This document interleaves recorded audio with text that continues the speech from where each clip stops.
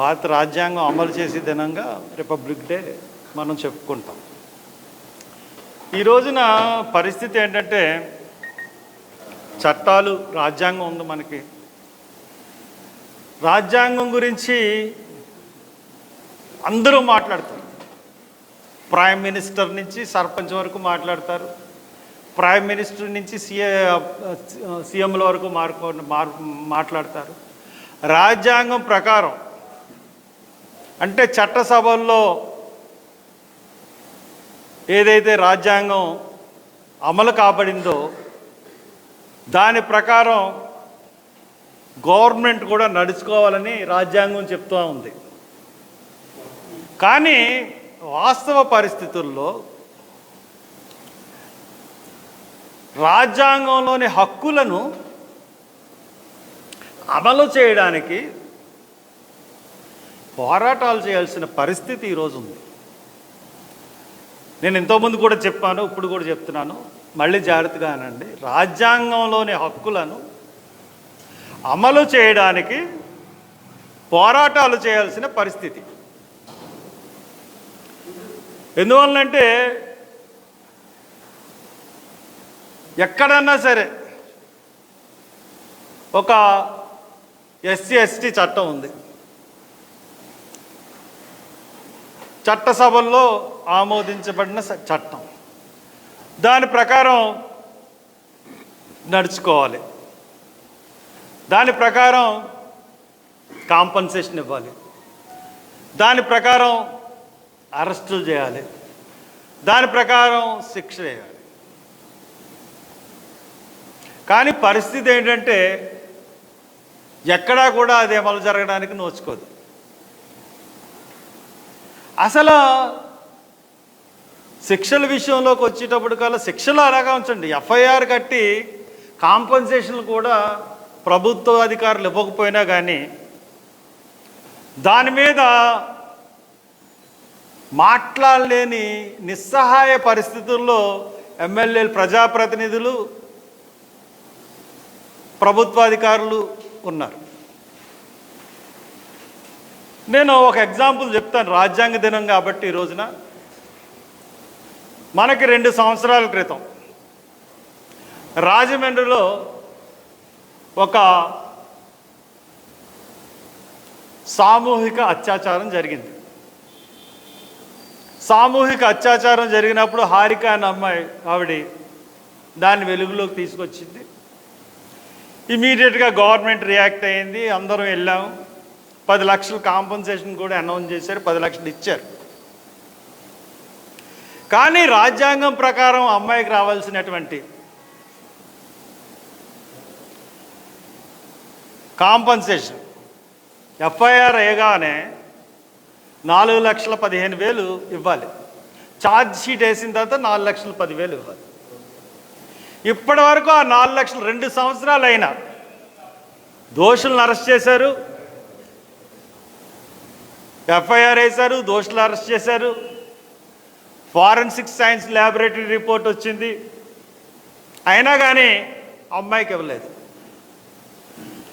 నిన్న social welfare principal secretary Sunitha garu మాట్లాడుతూ విధి విధానాలు, సీఎం గారు ఒక బుక్లెట్ వేశారంట. నేను చెప్తా ఉన్నాను సోషల్ వెల్ఫేర్ ప్రిన్సిపల్ సెక్రటరీ గారికి, సీఎం గారికి, ఈ కేసు ఎందువల్ల ఇవ్వలేదు ఇప్పటి వరకు, ఈ కేసులో ఉన్న మర్మం ఏంటి, ఒక పేదరాలు జై భీమ్ సినిమా చూసి మొత్తం ప్రపంచం అంతా సినిమా నెంబర్ 1గా క్రియేట్ చేసిన ఈ పరిస్థితుల్లో ఒక పేద దళిత అమ్మాయి మీద 4 రోజులు సామూహిక అత్యాచారం చేసి అమ్మాయిని పోలీస్ స్టేషన్లో పడేసి వెళ్ళిపోతే పోలీసులు కొట్టి అమ్మాయిని ఇంటికి పంపించిన కేసులో ఈ రోజు వరకు అమ్మాయికి కాంపన్సేషన్ ఎందుకు ఇవ్వలేదు? Compensation means SC ST incentives ఎందుకు ఇవ్వలేదు? అమ్మాయికి ఉద్యోగం ఎందుకు ఇవ్వలేదు? అమ్మాయికి చట్ట ప్రకారం ఇవ్వాల్సిన ఇంటి స్థలం ఎందుకు ఇవ్వలేదు, ఉద్యోగం ఎందుకు ఇవ్వలేదు, రావాల్సిన పొలం ఎందుకు ఇవ్వలేదు? చట్ట ప్రకారం ఎవరికన్నా సరే మీరు ఇస్తున్నారా? ఓ పక్కన రాష్ట్రపతి ఇన్వాల్వ్ అయినా కానీ దోషుల్ని అరెస్ట్ చేయకుండా తాత్సరం చేస్తున్నారు శిరోమండనం కేసులో. అంటే రాజ్యాంగం దినో రోజున ఇటువంటి విషయాలు మాట్లాడడం నాకు చాలా బాధగా ఉంది. అంటే రాజ్యాంగాన్ని అమలు చేయడానికి పోరాటాలే చేస్తున్నాం.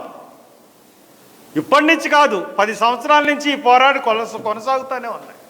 చాలా బాధతో నేను మాట్లాడుతూ ఉన్నాను. ఒక్క ఉద్యమం కాదు, ఎన్నో ఉద్యమాలు. గుళ్ళోకి రానివ్వరు, గుళ్ళోకి వస్తే ఫైన్ వేస్తారు, వాళ్ళ మీద చర్యలు ఉండరు.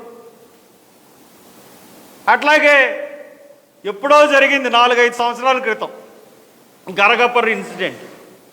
గరగపర్రు ఇన్సిడెంట్ మీద మొన్న మినిస్టర్ గారు మాట్లాడుతూ వైఎస్ఆర్సీపీ ప్రభుత్వం అంట న్యాయం చేసిందంట, తెలుగుదేశం న్యాయం చేయలేదంట.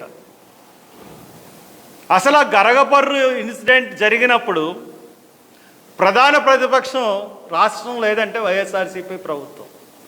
మీరు ఏమైనా ఉద్యమం చేశారా? నేను ఏ పార్టీలో లేకుండా అక్కడికి వెళ్ళి ఆ రోజున అక్కడ కూర్చుని అర్ధరాత్రి 3:30కి నన్ను బలవంతంగా పోలీసులు అరెస్ట్ చేసి తీసుకెళ్ళిన తర్వాతే కదా ఉద్యమం అన్నది స్టార్ట్ అయింది. ఆ రోజున 41 సార్లు తెలుగుదేశం ప్రభుత్వం నన్ను హౌస్ అరెస్ట్ చేసింది. దాని తర్వాత ఎన్నో పోరాటాలు చేసిన తర్వాత జగన్మోహన్ రెడ్డి వచ్చి సర్దుకుపోవాలని చెప్పాడు తప్పితే గరగపర్రు ఇన్సిడెంట్ ఖండించలేదు. ఆ రోజున్న తెలుగుదేశం ప్రభుత్వం అక్కడున్న 258 కుటుంబాలకు 1,00,000 చొప్పున నష్టపరిహారం కింద ఇచ్చింది. ఆ రోజే చెప్పాం మేము, ఇది కుటుంబాలకు ఇవ్వాల్సిన నష్టపరిహారం కాదు, ప్రతి వ్యక్తికి నష్టపరిహారం ఇవ్వాలని చెప్పి ఆ రోజు చెప్పాం. తర్వాత గుంటూరు జిల్లాలో ఇంకో చోట ఇవ్వాల్సిన పరిస్థితుల్లో మరలా జగన్ ప్రభుత్వం అక్కడున్న 800 మందికి కూడా 1,00,000 రూపాయలు చొప్పున నష్టపరిహారం ఇచ్చింది. అది అసెంబ్లీలో ప్రకటించారు, బాగుంది. దాని తర్వాత అక్కడ గరగపర్రులో ఉన్న నినాదం ఆత్మగౌరవ నినాదం. వాళ్ళు 52 వారాలు తిండి లేకుండా, పస్తు లేకుండా అంబేద్కర్ విగ్రహం గురించి పోరాటం చేసిన యోధులు, గరగపర్రు యోధులు. ఈ రోజుకి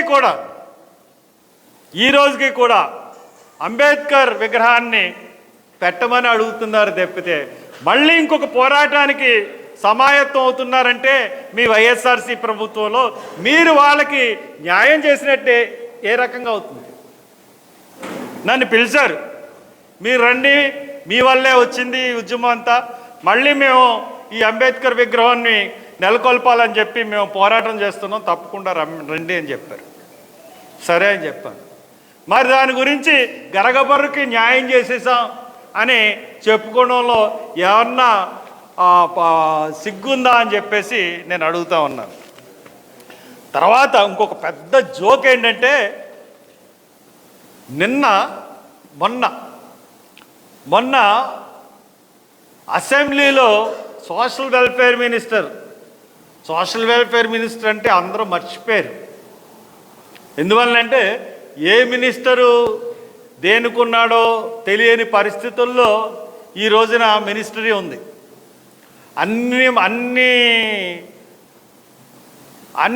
అన్ని శాఖలకు ఒకటే మినిస్టర్ సజ్జల రామకృష్ణారెడ్డి. కానీ అసెంబ్లీలో మాట్లాడడానికి అతని అవకాశం లేదు కాబట్టి సజ్జల రామకృష్ణారెడ్డి బదులు సోషల్ వెల్ఫేర్ మినిస్టరు మన విశ్వరూప్ గారు అసెంబ్లీలో మాట్లాడి పచ్చి అబద్ధాలు చెప్పారు. ఆయన చెప్పిన దాని ప్రకారం ఏంటంటే ఎస్సీలకు 26,663 కోట్లు ఖర్చు పెట్టారట. పైగా ఎస్సీ కార్పొరేషన్ రుణాలు ఆపారన్నది తప్పుడు ప్రచారం అంట. అయ్యా విశ్వరూప్ గారు, ఒక్కళ్ళని మీరు గవర్నమెంట్ స్థాపించిన తర్వాత 2 సంవత్సరాల 9 నెలల్లో ఒక్కరికి ఎస్సీ రుణం ఇగో ఇతనికి ఇచ్చామని ఒక పేరు అనౌన్స్ చేయగలరు? అబద్ధం అని అంటున్నారు. ఎస్సీ రుణాలు ఆపామన్నది అబద్ధం అంటున్నారు. ఒక్కరికి ఇచ్చారా మీరు? ఒక్క రుణం ఇచ్చారా? మీరు ఇంత అబద్ధాలు అసెంబ్లీలో ఆడడం చాలా దురదృష్టం. ఈ 2.5 ఏళ్లలో 1.6 కోట్ల మంది ఎస్సీలకు 26,663,11 కోట్ల లబ్ధి చేరిందంట. ఒక్కొక్కరికి ఈ రాష్ట్రంలో 84,69,000 మంది ఉంటే ఒక్కొక్కరికి 2 నుంచి 3 పథకాలు మేలు జరిగిందంట. తర్వాత ఆయన చెప్పింది ఏంటంటే వచ్చే డిసెంబర్లో 30 కోట్ల విలువ చేసే 350-400 రవాణా భాగాలను ఇస్తాడట. ఇంకా ఇవ్వలేదు. విదేశీ విద్యా పథకానికి టీడీపీ కన్నా రెట్టింపు శాంక్షన్ చేస్తాడంట. ఏది కూడా ఇచ్చినట్టు చెప్పలేదు, ఇస్తారట. తర్వాత బ్యాక్లాగ్ పోస్టులు 80% పూర్తి అయ్యేటట్టుగా ఆదేశాలు జారీ చేస్తాడట. అసలు చంద్రబాబు నాయుడికి వీళ్ళకి వ్యత్యాసం అన్నది పోల్చడానికి లేదంట. తర్వాత సిగ్గు లేకుండా మాట్లాడుతున్నారు. విద్యా దీవెన అంటే ఏంటండి? విద్యా దీవెన, వసతి దీవెన, అమ్మ ఒడి, పెన్షను, ఆసరా, చేయూత, ఉచిత విద్యుత్తు, ఇవన్నీ దేంట్లోకి వస్తాయండి? నేను మళ్ళీ ఇంకోసారి చెప్తున్నాను. విద్యా దీవెన, వసతి దీవెన, అమ్మ ఒడి, పెన్షన్, ఆసరా, చేయూత, విద్యుత్, ఉచిత విద్యుత్ దేంట్లోకి వస్తాయండి? ఇవన్నీ ఎస్సీలకు ఇచ్చే స్కీములా? ఈ జనరల్గా పబ్లిక్ ఇస్తున్నారు. ఆ పద్దు కింద వెళ్తా తప్పి ఆ పద్దులో ఉన్న ఎస్సీలందరినీ పక్కన పెట్టి ఇదిగో వీళ్ళకి ఇస్తున్నాం అన్నది ఎంత అసహ్యమైన పనో మీకు అర్థమవుతుందా? విద్యా దీవెన, వసతి దీవెన అంటే మెస్ ఛార్జీలు అండి. విద్యా దీవెన అంటే ఫీజు రియంబర్స్మెంట్ అండి.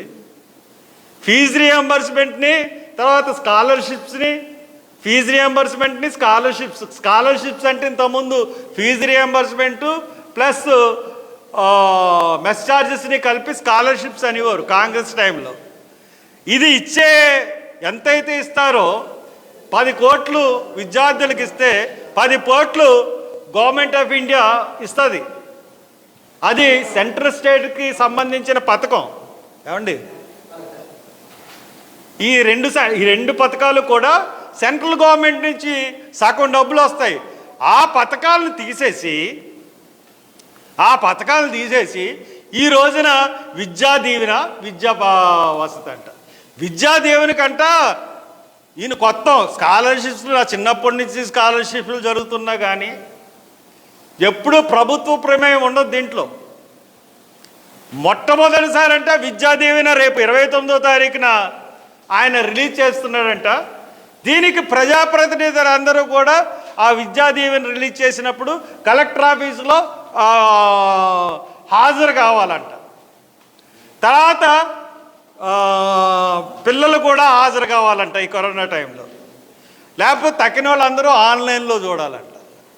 సిగ్గుందా ముఖ్యమంత్రి నీకు? ఇది కొత్త పథకం కింద నమ్మబలగడానికి నీకు ఏమైనా సిగ్గుందా? విశ్వరూపు, నువ్వు స్కాలర్షిప్ వల్లే కదా చదువుకున్నావు. నీకన్నా సిగ్గుందా ఈ ప్రకటించడానికి? ఇది కాదని నువ్వు చెప్పగలవా? చిన్నప్పటి నుంచి నువ్వు స్కాలర్షిప్ని చదువుకున్నావా లేదా?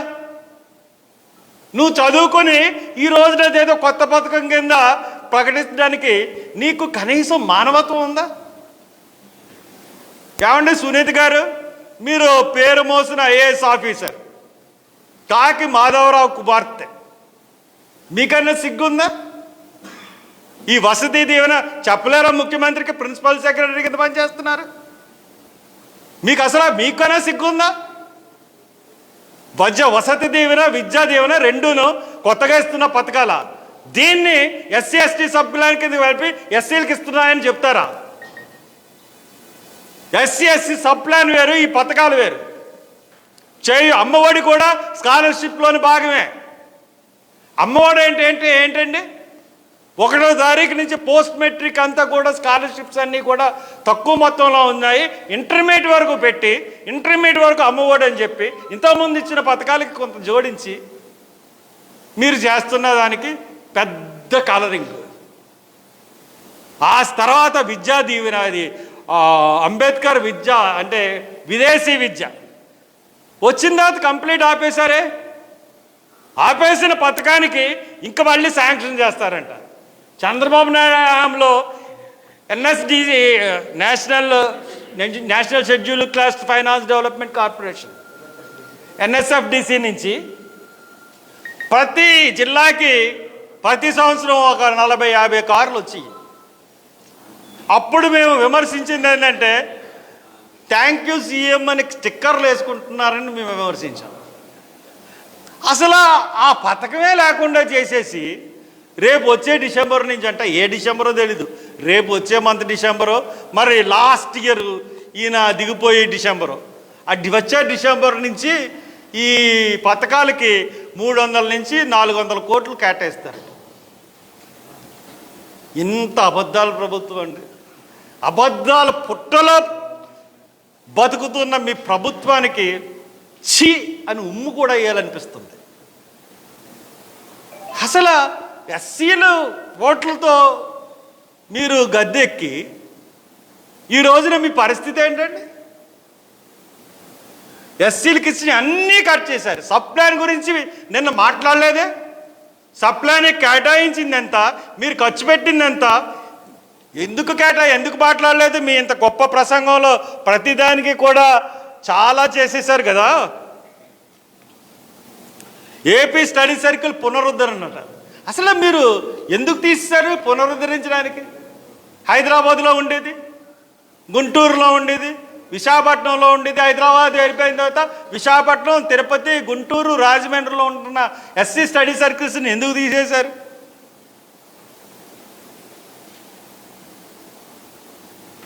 రేషన్ సరుకుల సరఫరా కోసం కూడా సబ్సిడీ, అది కూడా దీంట్లోనే. ఎన్ని అబద్ధాలంటే దీంట్లో వైఎస్ఆర్ పెన్షన్ ఇచ్చిలో దాంట్లో కూడా కులం పెట్టి ఆ కులానికి కింద ఇచ్చామని చెప్పే దౌర్భాగ్యపు సీఎంని ఇప్పటి వరకు నిన్నే చూస్తున్నాను జగన్మోహన్ రెడ్డి. పెన్షన్లు అంటే కులవారీగా ఇచ్చే పెన్షన్లు కాదు. పెన్షన్లు అంటే వృద్ధులకు ఇచ్చే పెన్షన్లు, వికలాంగులకు ఇచ్చే పెన్షన్లు. అంతేగాని నువ్వు ఎస్సీ కులానికి బీసీ కులానికి ఇవ్వవుతాయి. దాన్ని కూడా కులం విడదీసి ఇక్కడ ఈ పద్ధతిలో నువ్వు వేస్తున్నావు అంటే నువ్వు ఎంత దుర్మార్గుడివి, ఎంత దరిద్రుడివో నాకు అర్థమవుతా ఉంది. నేను అడుగుతా ఉన్నాను సోషల్ వెల్ఫేర్ మినిస్టర్ని, ప్రిన్సిపల్ సెక్రటరీని, సిగ్గు అనేది ఉందా మీకు? సిగ్గు లేకుండా ఈ పథకాలు ఈ రకంగా మీరు ప్రకటిస్తున్నారంటే ఇంకేమనాలండి? అమ్మఒడి కూడా ఎస్సీలు అందరు. అమ్మఒడి అంటే ఏంటి? ప్రతి అమ్మకి ఇచ్చి ఒడిని, దాంట్లో కూడా కులాన్ని తీసుకొస్తావా? ఇన్ని కార్పొరేషన్లు పెట్టావు. బీసీ కార్పొరేషన్లు 59 బీసీ కార్పొరేషన్లు, ఎస్సీ కార్పొరేషన్లు 3 కార్పొరేషన్లు పెట్టావు. ఎస్సీ కమిషన్ ఇచ్చావు. ఎస్సీ కమిషన్ చైర్మన్ కారు ఉందా? ఆఫీస్ ఉందా? ఆఫీస్ ఏదో ఉన్నట్టుగా ఉందా? ఏ కార్పొరేషన్ కన్నా నిధులు ఉన్నాయా? ఏ కార్పొరేషన్ నుంచన్నా నిధులు లోన్లు ఇచ్చారా? కాపు కార్పొరేషన్ నుంచి ₹1 నిధులు ఇవ్వడం జరిగిందా? లేకపోతే బ్రాహ్మిన్ కార్పొరేషన్ నుంచి ఏమన్నా నిధులు ఇచ్చావా? పురోహితుల జీతాలు ఆ కార్పొరేషన్ నుంచి ఇస్తూ దేవాదాయ శాఖ నుంచి ఇవ్వాల్సింది కార్పొరేషన్ నుంచి ఇస్తూ కార్పొరేషన్కి ఎంత నిధులు ఖర్చు పెట్టామని చేపెట్టే దౌర్భాగ్య ముఖ్యమంత్రి నువ్వు. కాపు మహిళలకి చేయూతనిచ్చి కాపు కార్పొరేషన్ ద్వారా ఎంత ఖర్చు పెట్టానని ప్రకటించే దౌర్భాగ్యపు ముఖ్యమంత్రి. ఇకపోతే ఇక్కడ వరదలు తల్లడిల్లిపోతుంది రాయలసీమ. ఒక రాష్ట్రం యొక్క హెడ్గా, రాష్ట్ర ముఖ్యమంత్రిగా వాళ్ళని దగ్గరుండి వాళ్ళకి అభయం చెప్పి, అభయహస్తం ఇచ్చి, అభయం చెప్పి, నేనున్నానని ధైర్యం చెప్పి ఆపన్నహస్తం అందించాలని చెప్పాల్సింది తుక్కు తుక్కు కింద అన్ని జిల్లాలు, రాయలసీమ జిల్లాలన్నీ కొట్టుకుపోతే కనీసం మానవత్వం అన్నా ఉందా నీకు? కనీసం ఆ జిల్లాలకు వెళ్ళి నువ్వు ఆదుకుంటున్నావా వాళ్ళని? ఒక ఆదరణపు మాట ఉందా? నీ బూత్ మంత్రులు ఒక్కొక్కడు మాట్లాడుతున్నది ప్రజల్లోకి గన్మ్యాన్లు తీసుకొని వస్తారట, చిత్తకు కొడతారయ్యా బాబు మిమ్మల్ని. మీరు బయటికి రాకండి. ఇదే పరిస్థితి రేపు పొద్దున్న ఎలక్షన్స్లో మీరు ఎవడు పోటీ చేసినా జనాలు మిమ్మల్ని మామూలుగా ఉతికారు. చాలా దారుణంగా ఉంటుంది మీ పరిస్థితులు. ఎందుకంటే ప్రజలు సహిస్తున్నారని అనుకుంటున్నారేమో, మీరు చూస్తున్నారు వాళ్ళ సహనాన్ని. ఈ రోజున ఒక కాలువ గట్టు తిరుపతి దగ్గర ఒక కాలువ గట్టు కొట్టేస్తున్నారట అధికారులు. ఆ గ్రామం వాళ్ళందరూ మా కాలువ గట్టు కట్టొద్దంటే రక్తాలు ఒరిగేటట్టు కొట్టారండి. ఒక ఆవిడైతే రక్తం కారిపోతున్నా పోరాటం చేస్తుంది. ఆ చెవిరెడ్డి భాస్కర్ రెడ్డి అని వస్తే రానివ్వట్లేదండి. అంటే నిన్న అధికారంలో ఎన్నుకున్నది వాళ్ళందరినీ కొట్టి చంపేయడానిక? అన్నీ అవాస్తవాలే. కాబట్టి ఈ యొక్క పరిపాలనలో అబద్ధపు పరిపాలన, అబద్ధపు హామీలు అన్నీ అబద్ధాలే. ఇది ఎప్పుడు ఈ దౌర్భాగ్యం మన రాష్ట్రానికి తీరుతుందో తెలియదు. కానీ ఈవేళ పేపర్లో చూస్తే విద్యుత్తు ఏ రకంగా ఉన్నారంటే 50 పైసలు మామూలుగా ఇచ్చే కన్నా సెక్యూర్ నుంచి విద్యుత్తు 50 పైసలు ఎక్కువగా కొంటున్నాడంట. దానివల్ల సంవత్సరానికి 850 కోట్ల భారం ఏపీ ప్రజల మీద పడుతుందట. అంటే 4 సంవత్సరాల్లో 22,250 కోట్లు ఎంతో చూశారు. అంటే ఎంత దారుణంగా ఉందండి. 3 సంవత్సరాల్లో 22,000 ఎంతో పడుతుందంట. కాబట్టి సంవత్సరానికి 850 కోట్లు ఎక్కువ పెట్టి విద్యుత్ కొనవలసిన ఇదేంటి అంటే కమిషన్, మద్యంలో కమిషను, ఇసుకలో కమిషను, సిమెంట్లో కమిషను. కమిషన్ లేని వ్యాపారం ఏదన్నా ఉందా? అరే ఆఖరికి పేదల భూముల్ని కొనే దాంట్లో కూడా కమిషనే. నువ్వు నీ ఎమ్మెల్యేలు దేని మీదైనా ఎంక్వైరీ ఉందా? ఇంత దారుణంగా ప్రజలను దోచుకుంటున్న నీకు రోజులు తొందరలోనే సమీపిస్తున్నాయి. నీకు ఖచ్చితంగా ప్రజలు బుద్ధి చెప్పే రోజున త్వరలోనే ఉంటుందని తెలియజేస్తూ